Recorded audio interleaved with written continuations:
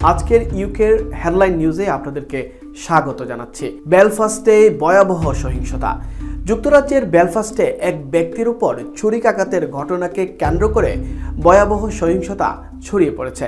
শুরুতেই এটি শান্তিপূর্ণ প্রতিবাদ দেখা যাচ্ছিল, তবে দ্রুতই তা রণক্ষেত্রে রূপ নেয়।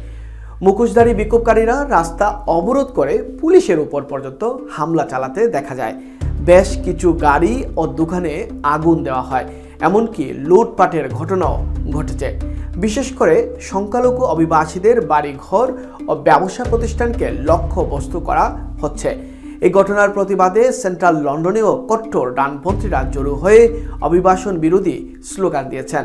পরিস্থিতি নিয়ন্ত্রণে পুলিশ কাজ করছে। আজকের একটি ভিডিওতে দেখা গিয়েছে কেমব্রিজেও একজন ব্যক্তি অভিবাসন বিরোধী স্লোগান দিয়ে নিজের ফেসবুক প্রোফাইলে তা আপলোড করেছেন।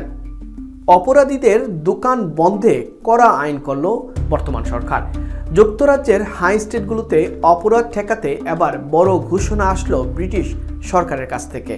অবৈধ কাজ, মাদক ব্যবসা কিংবা মানি লন্ডারিংয়ের সাথে জড়িত মিনিমার্ট, সেলুন বা বেপ শপগুলো এখন থেকে টানা 1 বছরের জন্য বন্ধ করে দেওয়া হবে।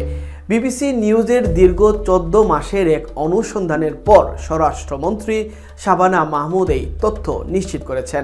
আগে এসব দোকান মাত্র 3 থেকে 6 মাসের জন্য বন্ধ করা যেত, ফলে তারা সহজেই পার পেয়ে যেত।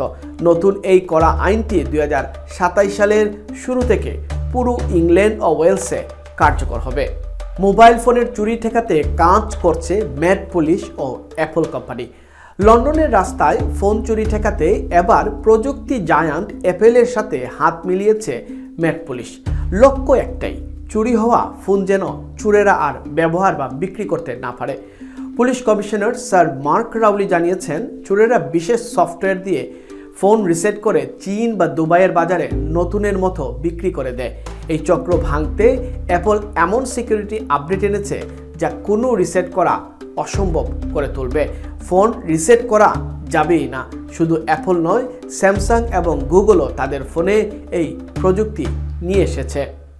Akramul Hossain, UK Bangla live news, London, যুক্তরাজ্য। Running a restaurant? Your food deserves the spotlight. Currywalla Media. Let's make your food famous.